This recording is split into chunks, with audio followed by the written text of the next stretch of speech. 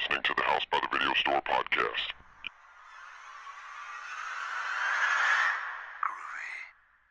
There's no more room in hell. The dead will walk near. We have such sights to show you. I kick ass for the Lord. Praise God! Give away! Welcome to the House by Video Store podcast. I'm your host, William, and join me daily, Sean. Hello. In this episode, we're talking about the Town That Dreaded Sundown, the 2014 movie. We'll also be talking about the some of the events that occurred in the original movie that came out back in the 70s, because the new one is kind of a loose sequel reimagining, requel, reboot, reimagining, real world meta thing. It's cool. It's like what Scream was, but for sequels almost. You know what I mean? Like, Yeah. Like sequels, remakes. It's specifically a sequel to a movie based on real world events. yeah. So it's kind of a weird Loosely based on real world meta events. thing, yeah. And yeah, well, so we'll talk about that. But before that, we'll go over some things we've been watching. And so, Sean, you can start with the So this week, or previously to recording this podcast and last, I watched the Devil's Backbone. I had never seen that Del Toro film. It's on Shudder, I believe. It's a Spanish language film. And it also deals with something I feel like has popped up in some of his films. It deals with like an orphanage, so orphans. I don't know what all films were popping in my mind while I was watching that, but yeah, because he produced The Orphanage. yeah. And then I'm trying to think what other film. All of a sudden, I'm like blanking on this. I don't know, but yeah, I saw some people saying, "Hey, this is one of Del Toro's like best films," and I'd always heard that it was awesome and always meant to watch it because I think another of his earlier films I'd watched was Kronos, which is kind of a vampire film. Yeah. I believe Ron Perlman's in that. I watched that years and years ago, but I remember loving that film. I think maybe I probably watched it post Pan's Labyrinth. And Pan's Labyrinth, that's one I know everybody praises that film. I need to rewatch it because I watched it and I liked it, but when I had saw it, the hype was so high for it, and I maybe was expecting this big monster spectacle thing or something that was. But I liked it a lot, and I thought it was really cool. But I think in my mind, I was kind of wrapping it around as being something else, maybe. Yeah. And I also want to watch it in HD now because I'm sure that film looks really good. Yeah. Just because visually, the set design and everything was fantastic. So I think maybe after that, I liked that a lot. But it wasn't maybe a 10 out of 10 for me like it was some people. Then I watched like Kronos, and I remember absolutely loving that film. So The Devil's Backbone, I kept meaning to watch that. That film, so the film synopsis is a 12-year-old whose father has died in the Spanish Civil War arrives at an ominous boys' orphanage. He discovers the school is haunted and has many dark secrets that he must uncover. So just the fact that this is like set in a very specific era that you don't see films set in a lot, the Spanish Civil War, in a location, and it's just that is already a big draw for me. And it is a ghost story, and some of the ghost stuff are literally it's just a boy ghost like apparition. You know what I mean? So that sometimes is a little cheesy on my end. Del Toro seems to really love ghosts. Well, something I am scared by 0% are ghosts of children. Yes, and these children aren't Nefarious or evil. They're almost there to kind of warn of something. Which is better than them being the threat. Yeah. And it really actually the ghost element is maybe it's not necessarily the point of the film. Like it opens talking about ghosts and everything, but the story around it is about there is an overabundance of kids at this orphanage that keep being brought there because there is a civil war going on. They're like, we can't feed these kids, but they also have gold there that they are using to fund the cause of the Civil War and the soldiers and stuff.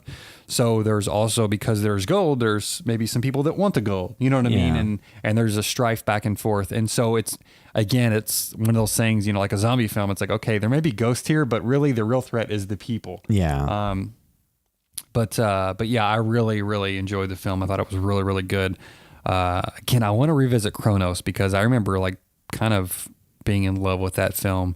And so I also watched The Shape of Water, And the special feature for that, somebody was talking about The Shape of Water is Del Toro. You know what I mean? He said he was talking about being somewhere talking about the film. He was like, if I was here talking about some Oscar, he didn't use the term, but essentially like an Oscar bait film about something totally, you know, I guess out of his wheelhouse, he would be weeping because that wouldn't be what he wanted to do. You know, he would not be excited about that at all. But this was a film he is very passionate about. And somebody said, I had not seen him, you know, I haven't seen him do a film that was solely him since Kronos. Yeah. So that makes me want to revisit it too, as well, based on that comment. But I know you covered, did you guys do a podcast on The Shape of Water? No, because I was the one that saw it. So I just mentioned it during one of the episodes. Yeah, for some reason I thought maybe you and Julie had done a video or a podcast. I couldn't remember. No. So I like that film a whole lot. Not my favorite film of the year. You know, if it wants to win an Oscar, no, I don't. Yeah, it doesn't bother me at all. I really don't care. Yeah. But not. And two, I know a lot of people are like, hey, yeah, a horror film won it. You know, it's not. I don't know. Again, the horror elements it has a monster in it. So, you know, those typically don't show up in dramas. Well, I mean, I think the story itself was as much about like, you know, two outsiders finding connection and then having to, you know, fight the odds to be able to be together. So, or, you know, you could even take it more, you know, abstract, Free Willy, about somebody that just has a connection with someone that's being mistreated and tries to save them. Yeah, and I'm not defaulting at all for not being a quote unquote horror film. I mean, there are genre elements. Yeah, for sure. But don't go in this thinking, hey, I love horror films. Del Toro's made some awesome horror films. Because like Crimson Peak is a kind of like neo-gothic romance type movie set in a haunted mansion.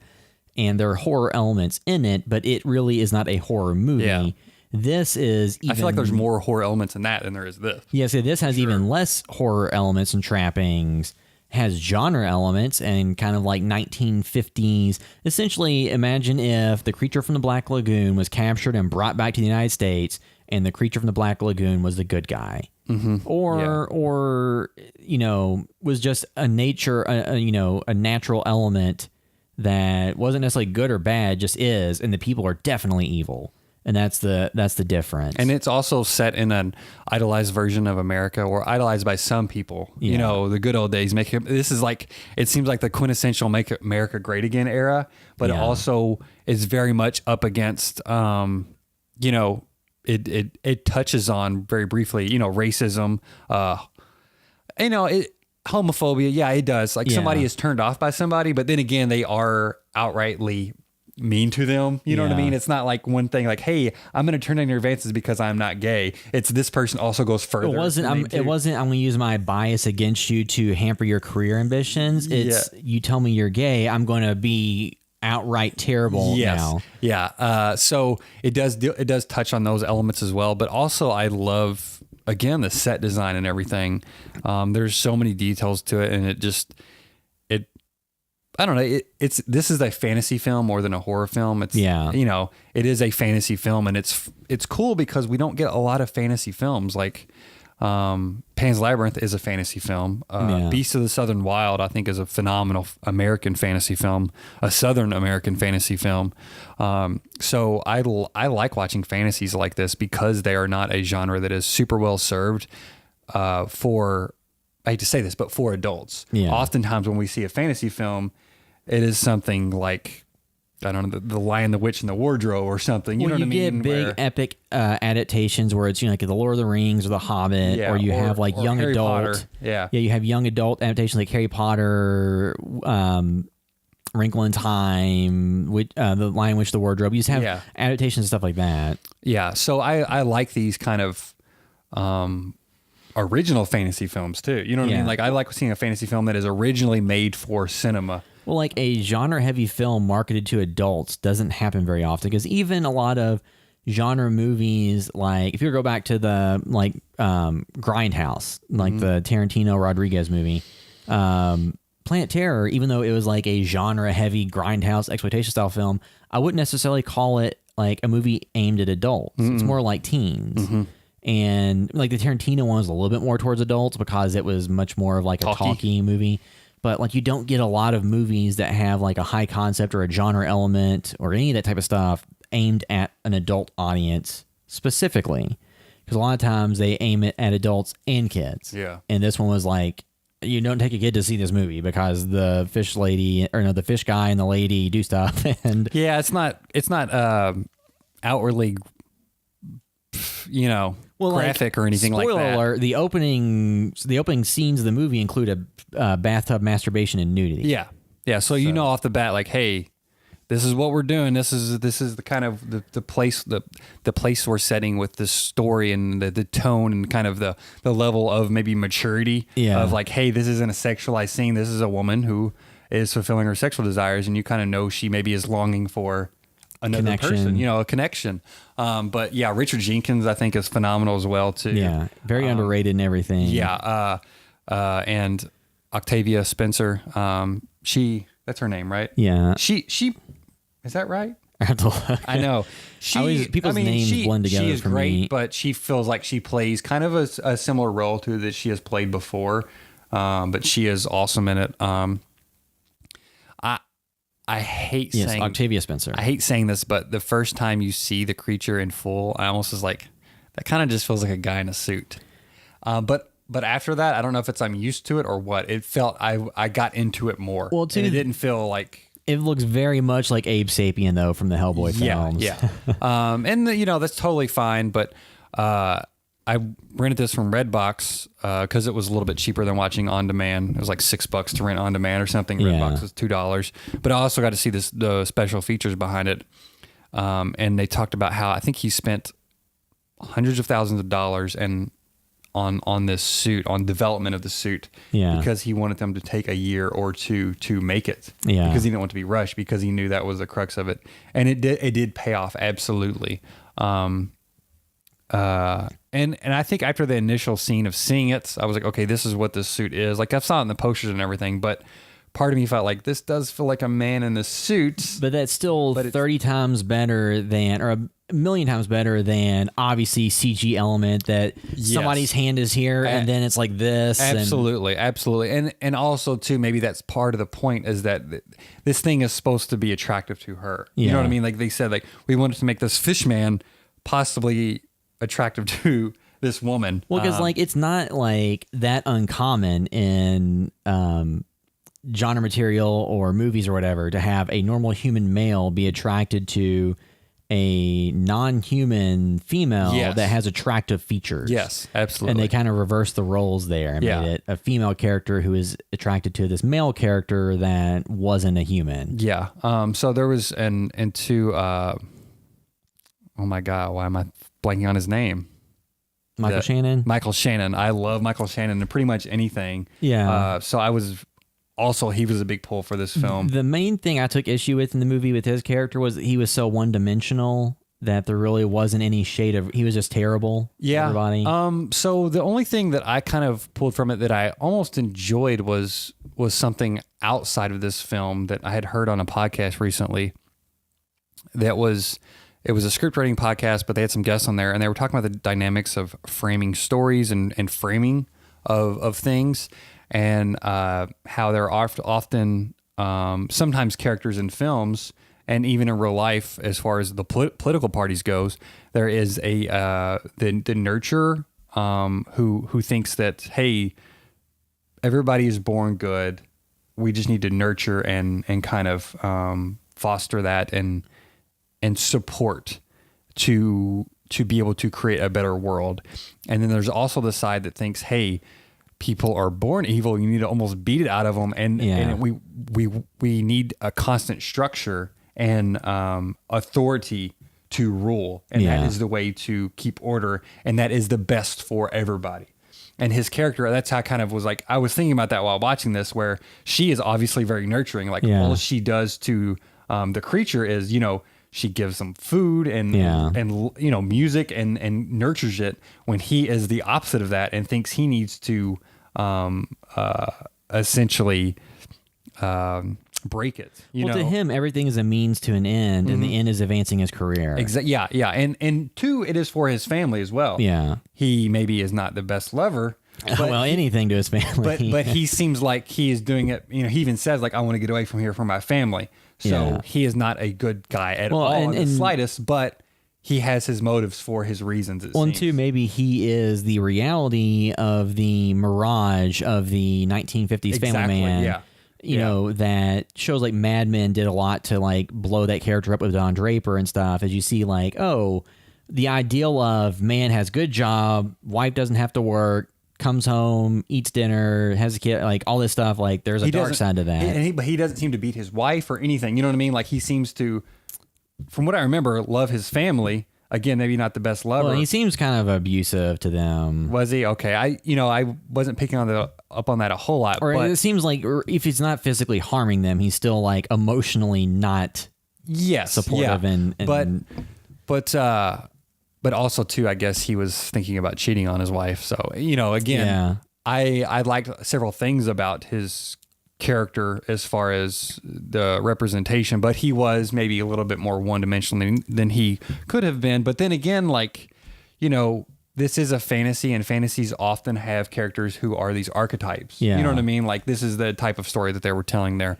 It's not my favorite Michael Shannon role of all time, by far, but I did enjoy him in this role. But and a couple other quick things that I had thought you covered this before, so I wasn't going to talk about the film a lot. Yeah. But watching the special features, they mentioned how this was they did not have a huge budget for this film. Yeah, you know, like originally this was going to be a think. Universal. He wanted this to be The Creature from Black Lagoon. Yeah. They turned it down and then ended up winning an Oscar. Yeah. But so watching the film, I see why they didn't want this to be The Creature from Black Lagoon. You know what I mean? If they're trying to build a franchise, they're not trying to make prestige pictures out of those monsters. It does make you have to think, like, they saw what they did with The Mummy, how much they spent and how it did, and it kind of killed that universe before it started. They could have given Guillermo del Toro $15 million and had an Oscar winner and made their money back plus some. And I hate to say this, but even if I was a studio head, I would want him to have made this more genre heavy a little bit. You know what I mean? Like, I would have been the guy saying, hey, can you just do this a little bit more if we're building a franchise out of this? And I would have felt like a bad guy, but I said, hey, if we wanted to make a one-off films, that'd have been fine. And I'd say, you know what, go for it. I think that they would have had to make the entirety of the movie fit in the first half, and then the back half be like in the Amazon or something. Or very genre heavy. Yeah, a lot of action or something, or more horror elements or something. I totally get that. I kind of see why it didn't fit into their mold, because I would have had a hard time thinking how to... I don't know. I would have had to say, okay, well, the rest of these films have to live up to this level. Yeah. And I don't see how we're going to do that. You know, how we're going to find directors and everything to keep it at this level. Yeah. But it would have been cool if they said, hey, you know what? Forget those other films. Let's just make a Creature from Black Lagoon film, and we'll just make this film. Yeah. That would have been cool. But it didn't need that name. It didn't need that marketing, obviously. Yeah. But so because of the limited budget, somebody pointed out this was almost like his Psycho. And that Hitchcock shot this on the, off times with the TV crew on a low budget. Black and white. And he shot this, I guess, with some of the Strain crew, but I know he shot this on the set of the Strain. Oh, okay. Or during the off season. Yeah. And they even showed in the behind the scenes, I guess one of the labs with that is the same exact glass window. Yeah. They just, colored it differently and stuff like that. That's very smart. Yeah. And it's very crazy. Utilizing that they did resources. That. And it made me think, was he playing a long game? Because he's been wanting to make this film for a long time. Did he say, I'm going to make a TV show. I'm going to design it around some elements that I can make my movie from. Like, that would be a very interesting That is strategy. a smart thing. If you're going to have a TV show with all these sets, you can maybe use those sets in the downtime to make a movie at a reduced cost. I mean, I wonder if that's the reason why he made the show, though. Like, probably not. I mean, probably not. But probably just he saw that as a path to get it done. But that would be a very cool long game to play. Like, hey, I'm going to sneak in there. So, that's very cool that it was such a, oftentimes Oscar winners are low budget films. 15 million isn't as low as some of those Oscar winners go. Sometimes it is a $5 million picture, but it is very cool that, again, there was a struggle to get this film made, and it came out winning Best Picture. I mean, to me, it's encouraging that you have Get Out made for under $5 million, Shape of Water for $15 million. They're in the conversation for Best Picture. Both of them won an Oscar for something. And they're genre movies that weren't super easy Oscar bait movies to pitch about, like, oh, it's a biopic about somebody. It's Gary Oldman in a fat suit, and which I want to see that film. But I get what you're saying totally. There's a lot of movies. Del Toro was talking about he would be depressed essentially if he was making that film. They're talking. Yeah, about, so like hopefully that gives studios more more encouragement to make stuff that's not just tentpole superhero franchise films, but to instead make stuff that's lower budgeted, geared at adults with something to say. Yeah. But anyway, that I like the film a lot. There's something about it too, like that I still think that I really appreciate, just about the feel of that film and the set design. I think some of that is more rewarding than some of the other elements of it, like some of the more straightforward narrative elements and stuff like that. Like there are some fun scenes in that film. But at the same time, the worlds he builds, I think, elevates the products. Yeah. And that's part of the experience. They're even talking about, I was watching behind the scenes on Jumanji too, just because I rented that. I'm like, whatever, I'll just see some behind the scenes. I like these characters if they're goofing off or whatever. And they were talking like, hey, we did a marketplace scene and I decided to make the backgrounds all red because the jungle was green, so there's a contrast. Yeah. Like that seemed to be granted, I'm sure there was more to it, but it seemed very surface level. After I had previously watched The Shape of Water behind the scenes, and they were talking about like, hey, in her apartment, because we wanted to get this whole feel of water and everything, like, it opens up with that scene, and they show how they shot that, which was amazing. It's basically things on strings and projecting light. Yeah. And shot it at like 36 frames a second to make it feel like water. But also her apartment, like the back wall to it, they painted the famous Japanese painting of the waves. Yeah. And then they used like plaster to chip it all away. So you didn't even really see it, but there's a feel of water in her apartment. Like there's just so many small details, that Wes Anderson puts in his films too. Yeah. That actually, they seem like they're a lot of work for nothing, but they do add up to something. Because for me, not even knowing that, just something about the set design and all that, it made up a lot of what made this film good, I think. Yeah. Wasn't my favorite film of the year. I don't even know if it was maybe it was a film I appreciated more than I maybe enjoyed. Yeah. But I still liked it. I would still definitely give it like a high 8 probably. Yeah. But yeah, it's cool that it won. Again, I really, doesn't matter to us who wins. Yeah. You know what I mean? It's whatever. It doesn't affect It's all subjective on what you enjoy. It's cool for the filmmakers to get recognized and, like you said, maybe give the studios a little boost. But I did like the film quite a bit. But yeah, I'm always excited to see what Del Toro does. And he's a filmmaker almost like that I appreciate their work and their enthusiasm for film more than I'm like a straight out fan of getting super hyped for their movies. Yeah. How some people are with Eli Roth. I feel like that's how I'm with Del Toro. Only he makes good movies, but he is such a fan of film and cinema, and I love just hearing him talk about films and filmmaking. Yeah. And he makes me excited about it, and he's somebody I like to see get praised. But he's not somebody that I'm like my top 3 filmmakers of all time. You know? I mean, the thing that I really want to come out of all this for him to get the funding and the budget and the studio backing to make his version of At Mountains of Madness. Did he say some other film already kind of made that? So he wasn't. Well, he had said Prometheus did, but that was also because nobody's going to give him the money. Yeah. So like maybe at this point he can revisit that. I always am up for seeing what he does, but he, his films are just outside of being exactly in my wheelhouse of my preference. You know what I mean? Just on the edge, on the periphery. But I always appreciate them and enjoy them. But I loved what did he do last time around? Crimson Peak. Yeah, I loved Crimson Peak, and I did not think that would be in my. I don't know, for some reason that really hit me, and I love that film. And I remember loving Kronos as well, so I want to revisit that. So that was pretty much it. I think I watched Gomorrah, which was recommended by MJ Jones. The first episode of that. I think I'm like 2 minutes. I need to finish it, but again, I like watching stuff from other countries, and this is an Italian TV drama, and there's some violent stuff and some unexpected things that are kind of remind me of Children of Men, and like, all of a sudden something just happens, you know what I mean, in a blink. Production values seem very well done, and it seems pretty violent and a little bit ruthless at times, just in the first episode. So, I just like watching people like, you feel like you're like in that community, like, hey, these people are hanging out at a cafe. They're on the roof of their apartment. You know what I mean? And you're like watching a film that is not set in the typical, New York City or LA that we see 1,000 of set. Yeah. So yeah, thanks for that recommendation. I'm gonna try to get through that slowly, probably, because it's not something my wife started watching with me, and it's kind of hard to watch sometimes with my daughter. Yeah. And then it's like, okay, when times we are home, my wife wants to watch. We have limited time to watch stuff. But yeah, thanks for that recommendation, because I did enjoy that first episode. I got like 10 minutes left because I had to stop watching it, but I'm gonna keep trucking through that.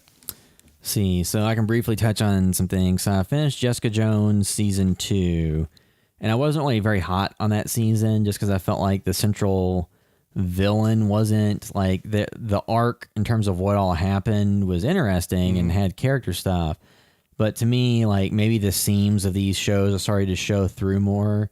Because like it's 13 episodes, it definitely did not have 13 episodes of content. And then it seemed like almost every character had an arc that involved addiction and recovery. And it's like, I get that that's like an important thing, but do we literally have to have like the majority of the main characters have that arc as well? Yeah. I mean, so to me, like season 1, I enjoyed a lot more because the character that like was the villain, is there a central villain throughout each season? Or so season 1, the main villain was Kilgrave, or the Purple Man, or David Tennant, who was somebody that like his thing was he could anything he told people to do, they would do. So he could tell someone like kill yourself, and they would kill themselves. Mm-hmm. So that was like his power, and he was somebody that had manipulated Jessica Jones previously, and then the conflict about her versus him. And that was like a compelling arc because he's like a powerful villain. I mean, there were too many episodes. It should have only been like 10. The second season, there isn't a central villain like that per se. It's more of like there's something going on, and then you find out what's going on, and then it's the interpersonal relationship between like her and then the people involved. And to me, it just wasn't narratively there as much and had a lot more backstory stuff. Mm-hmm. And it's just like depressive addiction storylines that to me kind of felt a little bit forced. Yeah. So it's just like with like the Defenders, I thought that was kind of like Iron Fist, I thought was bad. The Defenders, I thought was completely underwhelming just based on the amount of buildup they had and how some of those initial series had so much hype around them. And then like the Punisher, I thought was okay. It was serviceable. Like I'll watch season 2 probably, but it's more of a show I throw in the background, not something it's like appointment viewing where I have to watch it. And like Jessica Jones season 2, like it was good, but it wasn't like it was watch TV. If you really enjoyed the first season, you could watch it, but if you were on the fence, this isn't going to bring you around, I think.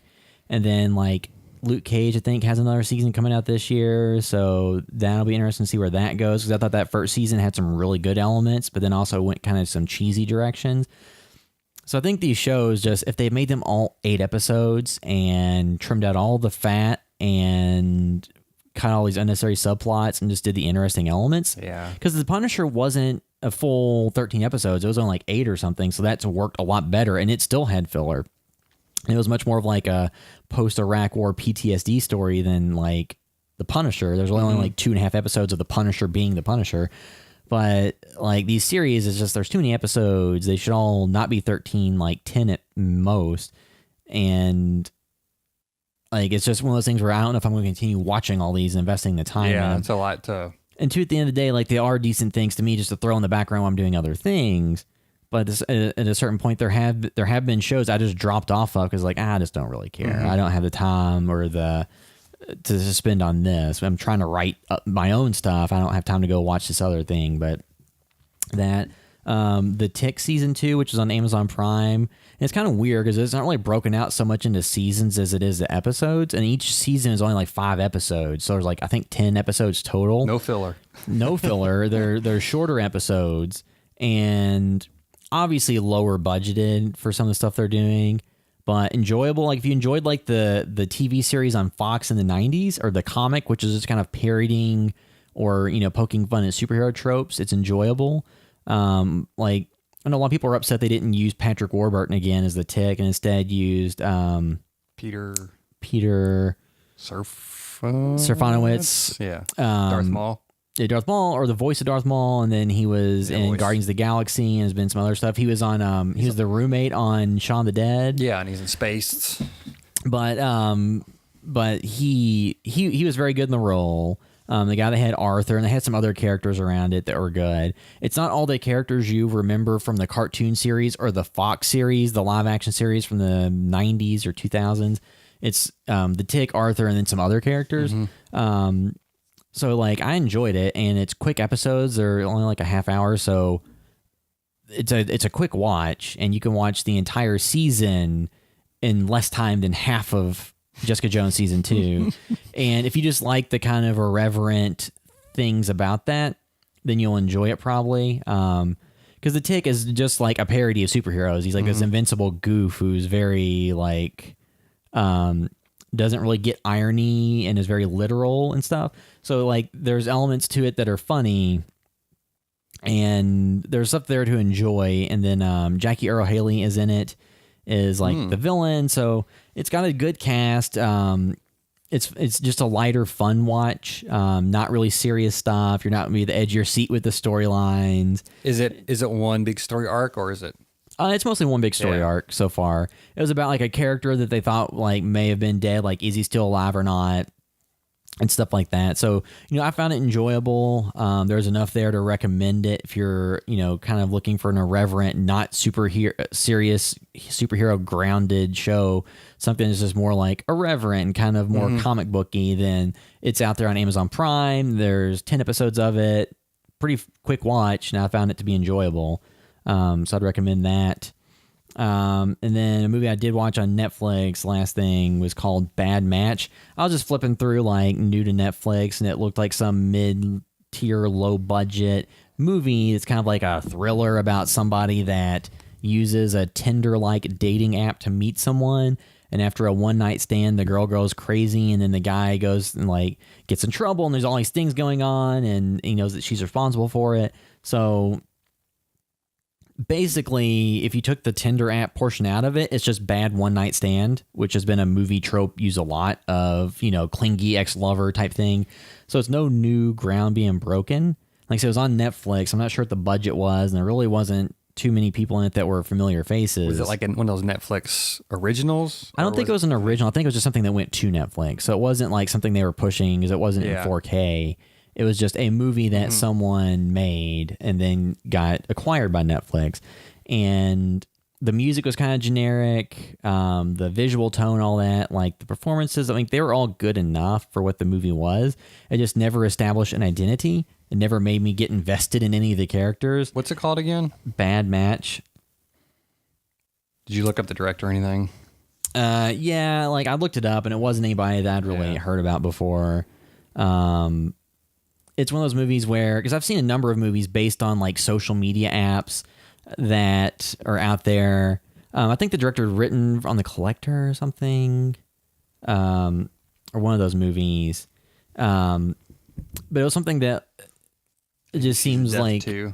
What? ABCs of Death too. Yeah, so somebody that probably, this is an early effort. So hopefully, it's just a good springboard to get to other projects with more resources or things like that. He's writing a horror western called Dances with Werewolves.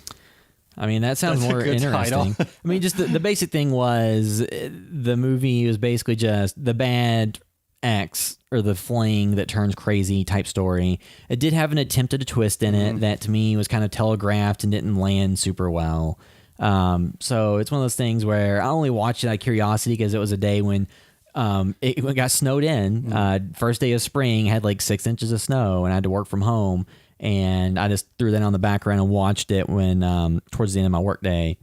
And I guess for that type of watch, it's okay. It's not that I recommend anybody go out and seek out. To me, it didn't seem like a diamond in the rough that you have to watch. Yeah. It's more of, like I said, hopefully a springboard for some of the people to do something bigger and better with the next project. I said, to me, a lot of times in those movies, just the music sells it. And two, it did that same thing that a lot of movies do, where they throw a scene where it's all like it's all lit with red light or neon light, just to give like a really cool visual feel, without there being a real reason or purpose for it, and kind of is mismatched against the tone of the rest of the movie. Yeah. And so many movies have people work in advertising or photography or writing, like all these professions that are really hard to make a living at nowadays. Because he was like a social media marketer that handled Twitter accounts for businesses and stuff.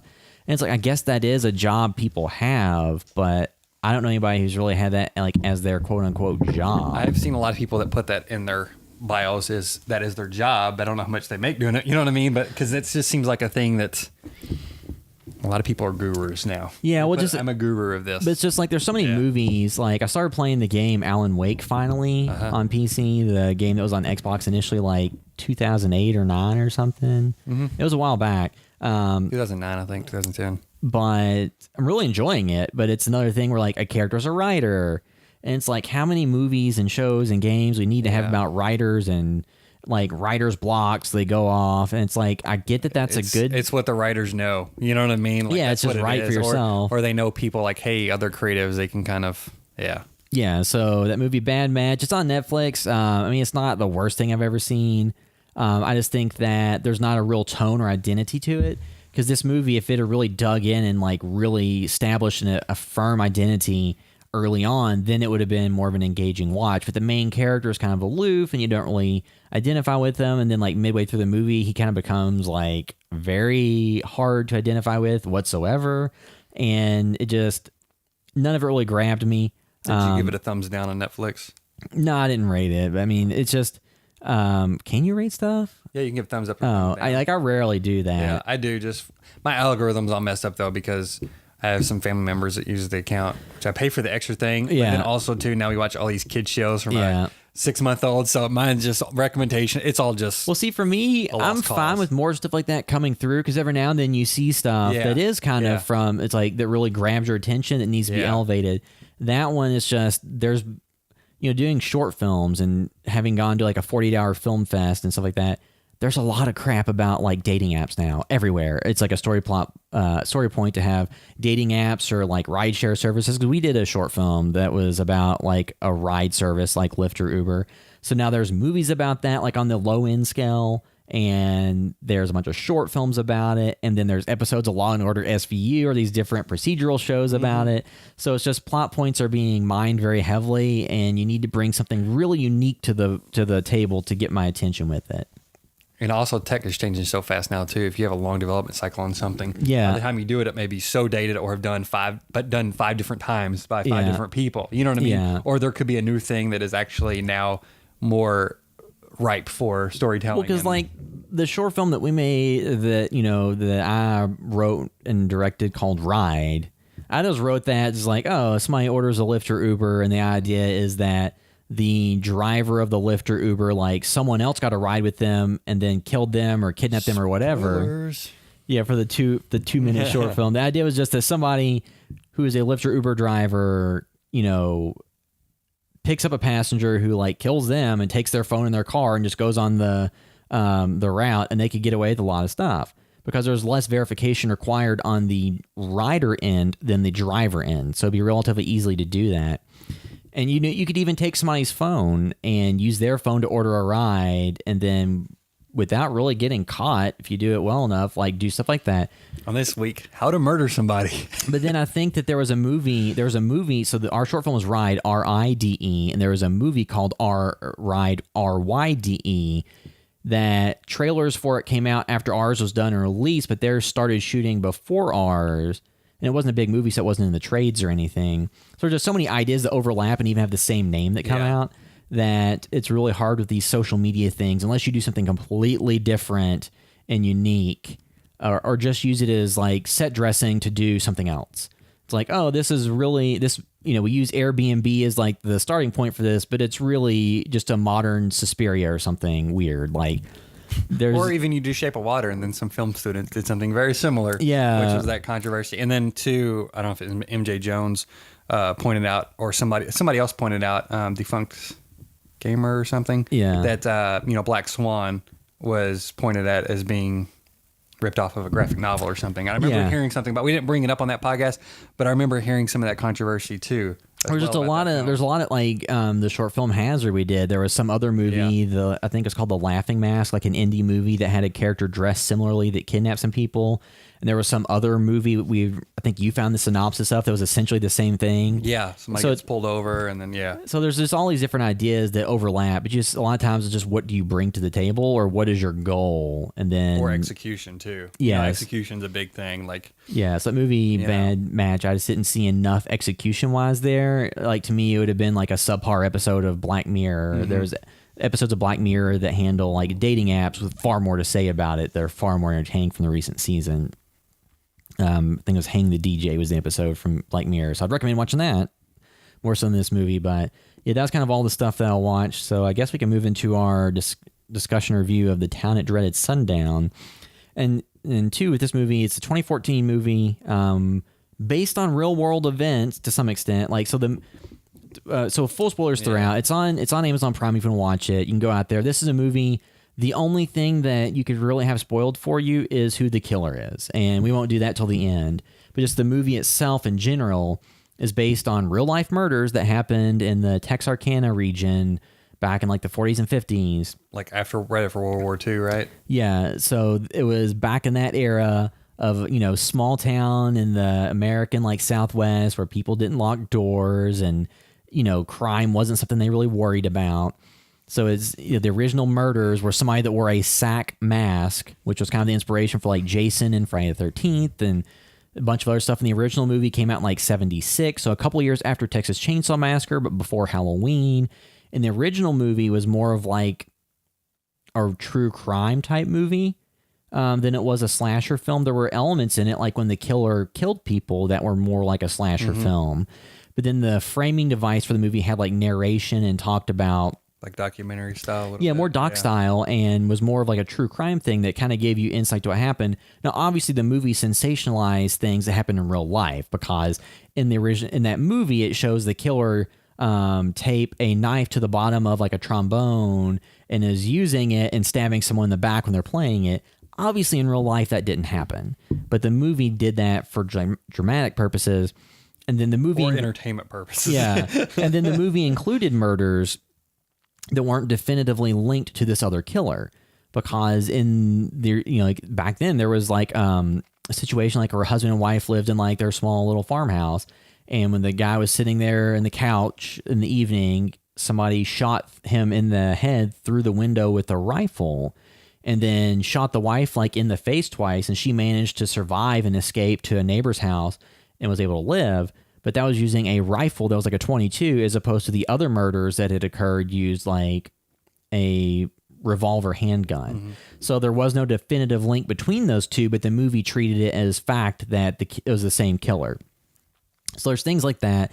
And then the original movie indicated that like they caught the killer and killed him by like train tracks or something in the movie. And in real life, there was never really anybody. But I was looking up because I thought I saw the end of the original film, but I looked up and I think it said something about they're showing the opening of the film and you see the killer's shoes possibly, alluding to the fact that he was never caught. Yeah. So I don't know, but I mean, like the movie indicated like there was somebody that they killed, but it may not have been the person. Oh yes, So like in real life, there's still discussion about who they thought did it, because there's some like people that have different schools of thought on who the real suspect was. Ted Cruz's grandpa. Yeah. So it's the Zodiac. There's a very Fincher Zodiac-esque scene in this film. Yeah. That seems like they may have tried to pull a little bit from that. So. Yeah, you watched this when it first came out too, right? No, I watched it back on streaming services a few years ago, like 2016, 15, because Corey it came out 2014. Yeah, it came out in 2014, close, so relatively close. I didn't see it in theaters. I remember Corey had talked about how he liked it, and I saw it on a streaming service, so I watched it, and I watched the original. And the original, like, I enjoy because it's more of like a lower budget, kind of Southern fried, true crime slasher movie. And kind of more doc style. And then this movie, to explain what it is, so it's a sequel that's not like a found footage thing or anything like that, or doc style. It is a narrative movie that follows characters that still live in the town where the original murders happened, in which those murders occurred, and a movie was made about them. So the movie, the original Town That Dreaded Sundown, was made in this universe.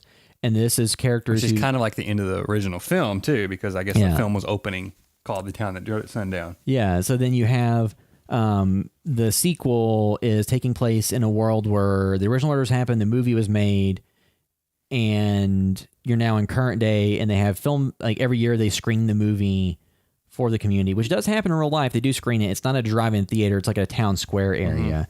So they, set all this up, and then someone starts trying to recreate murders from the original series of murders. But it's more based on the movies than what happened in real life. Because, like I said, some of this stuff wasn't connected, and some of this stuff, like they didn't use a trombone to kill people, but they did in the movie. And the mystery in the movie is just, who is the killer? Is it, and two, I think they made some details up, because like one of the main characters in the movie, or one of like a character that has important backstory, is the son of the director of the original Town That Dreaded Sundown. And then you have like this one character, then there's like a character that they thought could have been killed by the character, so there's all these different things that are kind of creations for the story. So I think with like the way the other one ended, like it was a great springboard to do another one of these and not feel contrived. Like I really think the concepts behind this film and what they decided to do with it is excellent. You know what I mean? As far as sequels, remakes, all that stuff, it is, and it is meta in some ways, because like not only is it like, hey, we're using this same character and acting like this is happening again, the character in the film is obsessed with literally remaking the murders, from the original, and they'll even cut to scenes of it happening. So I think that's like, again, this is based on loosely a real event, so it's bad to say this, but that is a fun way to handle this film. Well, what I mean? Like I said, the movie Strangers Pray at Night on the last podcast said like based on true events, and I think that there was like murders where people like invaded a home and killed someone that people think the movie is based on, but the director really said like when he was young, the director of the original Strangers had said like when he's a kid somebody knocked on the door, did something weird. So that was kind of what it was based on. So most times whenever you see based on a true story, it's really not. Yeah. Or they really play elements up, like the movie Veronica. It was based on true events, but the way they portrayed things, the timeline wasn't the same as the real world, and what police witnessed wasn't the same as what was in the movie. Or Fargo, and they're like, no, so we just put that in the beginning of the film. Why not? In Fargo, they just throw it on there, and then like that one Japanese woman actually died looking for that was an money. urban legend that she died. Yeah, so I'm just spreading fake news too. They made the movie of the urban legend too, which I saw when I was in New York, and I love. So yeah, there's a lot of movies that just use that as a crutch, but this one, in terms of like Texas Chainsaw Massacre, claimed it's based on a real story, and it's just very loosely based on Ed Gein. And there are people who claim that remake where they show like the kind of black and white found footage in the Texas Chainsaw remake. There are people who claim that's real footage that happened back then. It's like, no, it was loosely based on Ed Gein, which was also the basis for Psycho and other things. But in terms of movies based on true events, The Town That Dreaded Sundown is about as close as you're going to get to a horror film representing events that actually occurred. But like I said, the original Town That Dreaded Sundown to me is more like Zodiac or something of that nature. Like David Fincher with this material could kill. That may sound insensitive because people actually died. But like giving a director that's good at representing true events or fictionalized accounts of true events with like a story arc and narrative, like the Mindhunter, like they could do an entire season of Mindhunter about like this type of thing. Obviously, it's a different time frame than the show Mindhunter, but it's a story that has a lot of things there. And like a documentary about this could be very interesting to watch too, because I've watched one before and I found it very entertaining or very informative and enthralling about the fact that this really happened and people really were scared of nighttime and a masked killer, which that's one of the few times that's actually ever happened, despite movies claiming true stories.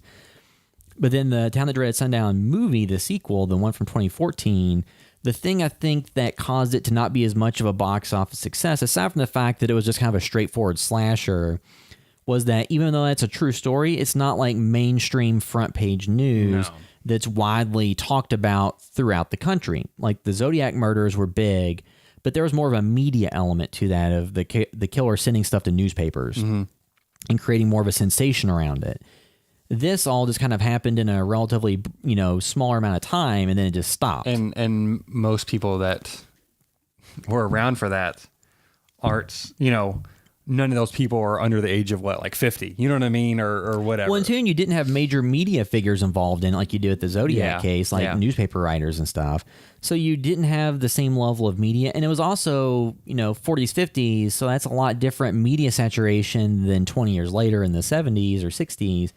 And then you compare today, it's completely different. And the original film is not, it's not Friday the 13th or Nightmare on Elm Street. Yeah. First time I heard about it was my wife's cousin, Summer. She went to like Fright Night with us or something. Yeah. And we each had a list of films we were looking for at the time, because this was like before really streaming services. Yeah. And, this was one on her list. And then she was like, I don't know if she found, I think she might have found it that year, but she was like super excited for it. And that's when I became aware of it. And I didn't even know about it then until, it started popping up from people I know. Because I'm vaguely remember it was either an Unsolved Mysteries or one of those shows had an episode about it years ago that I saw before I knew there was a movie. And then when you watch it, so some dude really did have a burlap sack on his head. Mm-hmm. And then that did influence, I would have to assume, the character design of Jason Voorhees in Friday the 13th Part 2. And then, of course, the actual Town That Dreaded Sundown movie. Because it is a striking image of somebody wearing Southern Fried clothing, overalls and plaid shirt with the burlap sack on. So you have all those elements. But I think the movie plays so much into that mythology that if you're not kind of already aware of it, it kind of falls flat. So I think that movie coming out when it did without a concerted push to make that story bigger and to make that be back in the public consciousness with a TV. If it had came after a successful true crime TV series about it, then I think it could have been a lot bigger. Yeah. But it was also, like I said, standard slasher film, which for me though, I think the execution, granted Fincher, it's hard to put anybody up against him. I'm very happy with the way this film turned out. Yeah. Putting it next to a lot of slasher films. Yeah. Even modern slashers. Yeah. Because there are so many more little layers to it. I think the cast is pretty damn good too. You got Gary Cole and who's the other guy that comes in? Well, you have Anthony Anderson. Which I thought he was kind of wasted. Yeah. Because I thought he was going to be some major driving force, and he was just kind of more side character. Yeah. And then the guy who plays the son, I can't think of his name, but he's a great character actor too. But yeah, so I think a lot of it is handled well. I think it's very well directed. The style of it I like quite a bit. It's not ranking up there on my favorite slasher list, but as far as modern slashers go, I don't really know of many that I like as much as this one, coming from somebody who I was not aware of at all as far as the director goes. And again, I just love that the character is actually remaking the film. You know what I mean? He's remaking the kills. That's what sells it for me, and that's what I kind of loved about it. Yeah. We're having fun. The original really was very inaccurate, maybe. Yeah. We'll just say this is somebody playing up that and even recreating the trombone kills, but in that case, instead of being a guy and a girl, it's a guy and a guy together. So, there's certain changes that I think are... Well, one thing I did like about the movie is it followed the trend of, you have a younger female protagonist, but it didn't overly sexualize her or anything like that, which that's just because that's so overdone that you get annoyed with that. Mm-hmm. And this movie didn't have teens out, just, screwing left and right. The part that I thought was kind of funny, so you mentioned there's the two characters where the trombone kill comes into play, and it's two guys who are teenage guys who are gay, but they're not I guess they're unexperienced, because there's a really funny line. And, being straight, I have no idea this is how it plays out, but being a guy who was straight with girls, I think that plays out pretty similar to how I think. There's two guys and they're so you're just going to suck it? And the guy's he's yeah, you suck mine first and I'll do yours. And they're really awkward and nervous about it. And I feel that's how a lot of our early experiences probably go, straight, gay, whatever. Yeah. So I thought that the part that was just a thrown in moment and wasn't a big thing. And it was a little bit different than having just another guy and a girl go off and get murdered. You know what I mean? At least it was something different. I thought it felt like a touching, realistic, awkward moment that would have worked a teen comedy or drama. Mm-hmm. And then the other thing was the killer then, took them out, but did not do it in some exploitative, killing them in a way that seemed like sodomy or assault or something. That often happened in those movies. Mm-hmm. Is there like a gay character would get killed in some like grotesque way that was playing that up as a joke. And this was just two characters that happened to be doing that, out in that area, and then became victims and it got killed the same way anybody else would have. Yeah. So I thought that was like, even though it's 2014, was just like a choice. It's like, oh, that wasn't even a real thing. It just was part of the story that didn't get played up. And if you weren't paying attention, you wouldn't even notice. Yeah, and if you want to come to this film for kills too, like I love a lot of the sequences. I think a lot of this, like I really like a lot of scenes in this movie, and I think a lot of the scenes make the most of it. It doesn't feel like there's a lot of filler in it. And again, if you just want to see the kills, spoiler, but the scene where Gary Cole gets shot, and then after that of the girl like hiding throughout the cornfield and stuff. Yeah. Like I think that's a really well constructed scene. Like I love that scene of her running around, just the imagery of the killer and everything. Yeah. Like I think that's like a really well done scene. And as far as genre heavy goes, like really well executed. Like there's a lot of scenes in it, even when at the beginning when she's coming out of the woods and after the attack and they're pulling back and then you pull back and it's the whole lot of everybody watching the movie on the screen. Yeah. There's just a lot of stuff in this film that I think could have been handled poorly, that I think the execution was pretty well done. And like I said, I love the concept too. Yeah. It's not anything mind blowing, but it is interesting enough to support a film centered around a bunch of quote unquote interesting kills. You know what I mean? Yeah. There's way more there than just a standard slasher that you will see a lot of times that is only concerned with having inventive kills. And two, I would say that a lot of the kills in this movie are relatively mean-spirited. In terms of a lot of slasher movies feel like they do one of two things. They either have a very harsh reluctance to kill anybody, and they only do a little, one or two kills throughout. Mm-hmm. So I'd say MTV's Scream TV series is like that. So they kind of, hold the kills few and far between.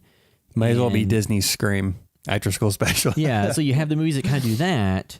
And then you have the alternative where that show Slasher that you can watch on Netflix. Like season 2 just went so over the top with the kills in such brutal ways that it was just like torture porn, really. Mm-hmm. Even though it wasn't Saw, it was just people a guy got kidnapped and sodomized and burned alive and stabbed. And it's like, oh my God, that's. But this one, it was the kills were all quicker, but they were inventive and it was harsh. And it wasn't where they really, held everybody close to the chest and nobody was off, nobody was off limits. It just felt like, somebody got chopped up. And they weren't all random fodder. Yeah, you know what I mean? A lot of times it would be significant characters in the story. Yeah. Or they would have this happened to this person that, or even just the two guys. You followed them a little bit. But also that was recreating from the original film. I feel like they thought about this film a lot more than maybe you would expect out of some remakes. Well, I guess my muddled point there was that they, it's an R-rated movie that does have kills in it. It's not something that just really feels reluctant to want to kill anybody. Mm-hmm. Yeah. Because there's some slasher movies later day that tried to do that, where it felt like they were just kind of almost PG-13 rated. As opposed to this one, it just felt more like, oh yeah, we're just going to kill people in pretty brutal ways. And, there were, as you said, there were some more inventive ways they killed people. But the movie did follow the kind of standard horror movie trope of one at least two characters researching the background of thing, go-to person that lives in trailer or crappy house, gets backstory and creeped out by the person and leaves. So it followed a lot of the standard beats like that. But I guess the difference is, instead of it being the standard, well, so-and-so was born deformed and their mommy and daddy were killed and they thought they were dead and they came back and killed people and they appear every 30 years, stuff like that. It's more of real life, real life events. And then the director of the original movie's son, thought his dad figured out who was responsible for the murders and stuff. So at least it has some basis in reality and it's not just another ripoff of the Jason Voorhees origin story. Yeah, and it plays around with the reality in smart ways, I think, too. And that was Dennis O'Hare, so you know him from American Horror Story and other stuff like that. And Edward Herman, too, was the preacher. He's from a million things, including Lost Boys. Yeah. He was the boyfriend and the vampire leader on Lost Boys. Yeah. Like I said, pretty good cast too for this film too, I thought. And I thought everybody did a pretty good job. Like for me, again, slashers aren't my favorite genre, but this did enough interesting to keep me interested. Like this is closer to a Scream for me than it is, it feels more like a Scream. So Scream 4 was more of in a world where the original Scream happened and was turned into a film, and there was a film screening of it, and this hometown that's still reeling from the fact that it happened there. And some people feel slighted because of the film and what it did. You know what I mean? Yeah. So it feels like Scream 4 has mined similar territory, but of a fictional event that was built within the world of the movies. And I guess, Scream 4 made more than Town That Dreaded Sundown, even if Scream 4 wasn't a hit itself. But that's because what Scream was referencing was, Scream 1 and 2, which was these, Scream 1, 2, and 3 were all like close to $100 million domestic grossers, and then like worldwide gross and stuff. Not even 15 years apart, So you're talking about movies that had a bigger cultural impact and that people remembered and had bigger actors versus a string of murders that occurred in a small town, 60 years ago that had a kind of cult film made about it in the 70s. It didn't have any huge names.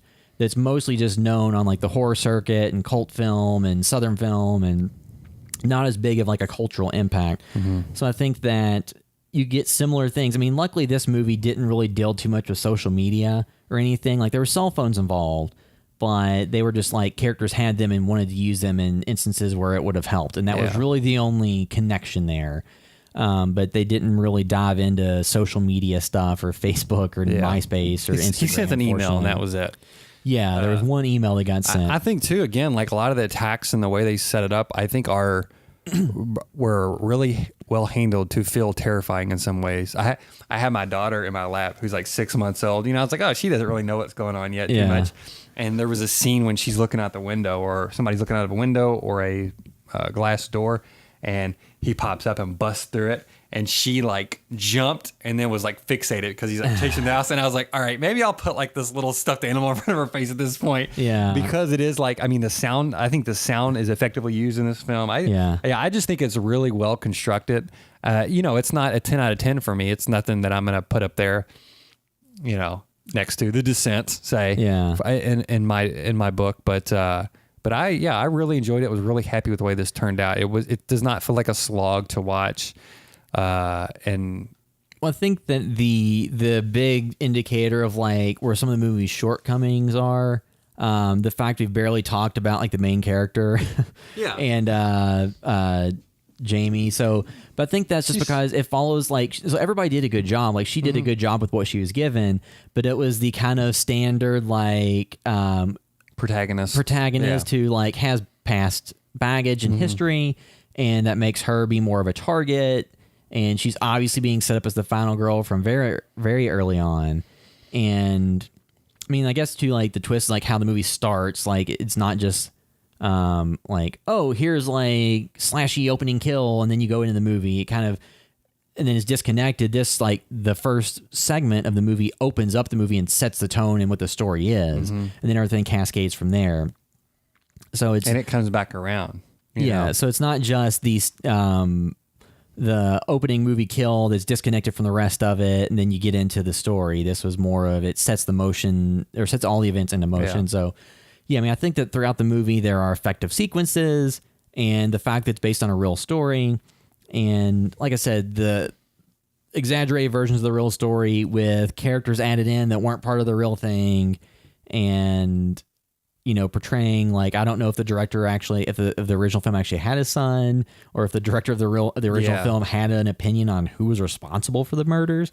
Like that just all seems like they took real people to some extent and fleshed them out and added a bunch of story in. So I'm not sure too, like how I necessarily feel about things based on real events and people to that extent, because like was the director of the original film, is he still alive? Did he consent to that? Like, did he get a kick out of it? Was it, let's see, the director... I feel like they respected the filmmaking of this film enough to where they would have. So the director of the original film, Charles B. Pierce, passed away in 2010. And he had directed stuff up into the late 90s. But with the biggest thing being Town That Dreaded Sundown, I think. But he done some other things like Westerns. He's in a movie with Peter Fonda in 87.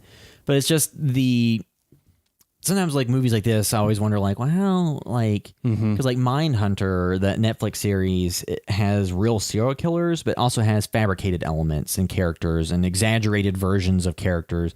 Because they basically took the idea of how the FBI's like criminal profiling area started and then kind of flesh it out and add characters in and change them from what they're based on, but loosely base it on events that occurred. But yeah, so the Town That Dreaded Sundown, the thing it has a leg up on other modern slashers is it is based on things that have real mythology, and that town still does show screenings of the original movie. I don't know if they do screenings of this newer one, but it's something that did exist that does give a little bit more mythology to it. And then, if nothing else, makes you want to then, after seeing the movie, go read up on the real case and see what happened. So it has all that going to it that elevates it beyond just a standard like stalk and slash movie. At the same time, it's like, is there any problematic element of real people being portrayed certain ways?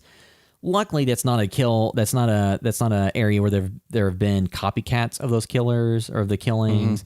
It's just been like in media and recognized. Obviously, changed that town probably forever. Of Texarkana, but it definitely is.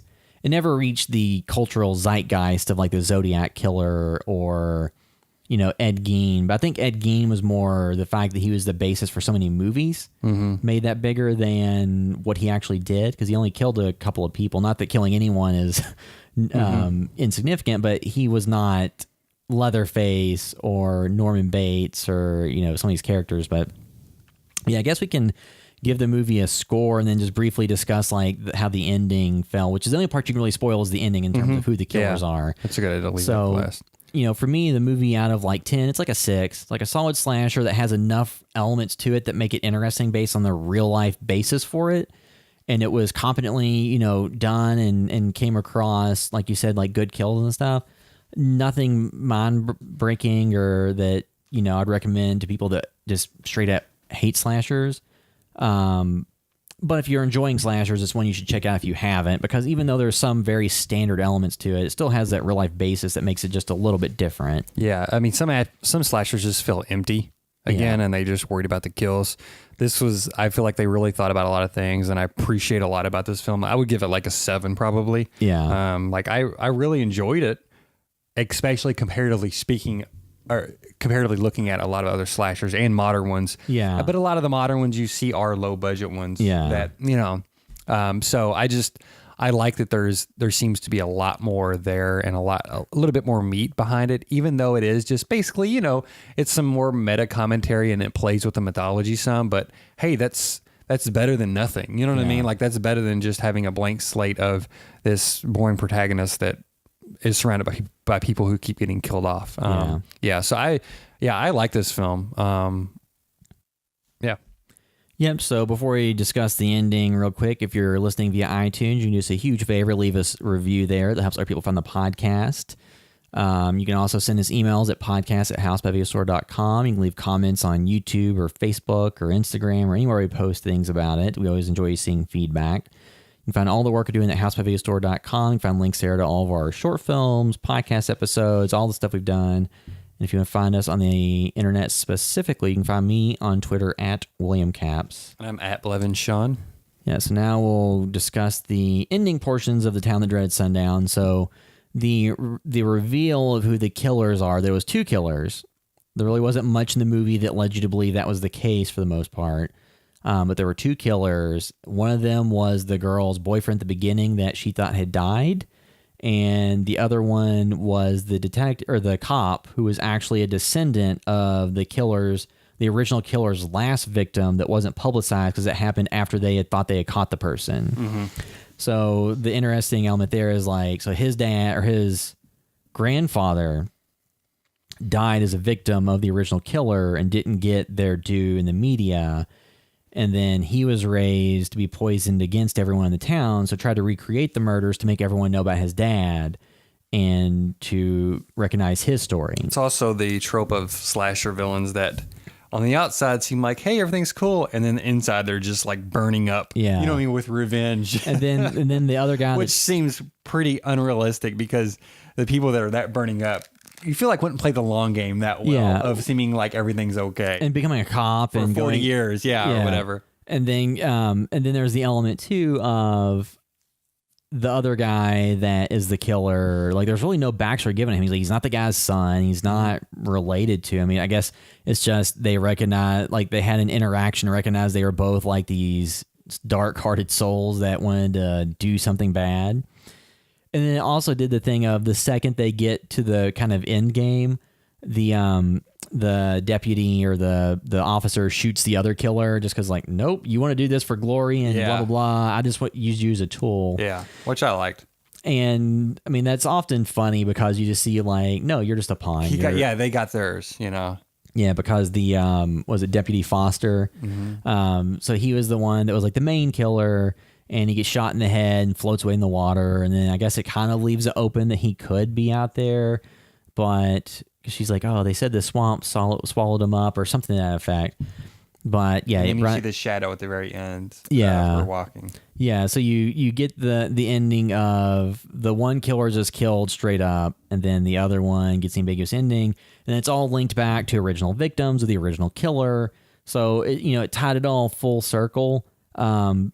Not that it's super original, and there's been stuff done like that quite often. Mm-hmm. But, in terms of slasher endings go, it's better than undead killer that has no motivation beyond just wanting to kill. So that was an interesting element, but like I said, nothing groundbreaking.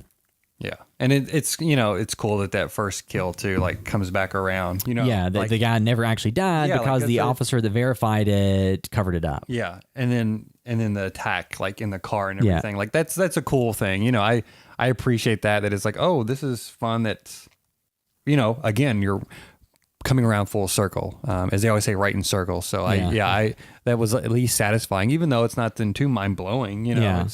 It's a cool thing. So yeah, and I can definitely imagine somebody making almost the exact same movie about the Zodiac killer. Mm-hmm. Yeah. But that hasn't been done yet. But yeah, so I guess that'll wrap up our discussion of the Town That Dreaded Sundown. I don't think we've figured out what the next podcast will be, so keep an eye out on our social media to see what that will be. But that'll bring this episode of the House by Vegasaur podcast to a close. Thanks for listening.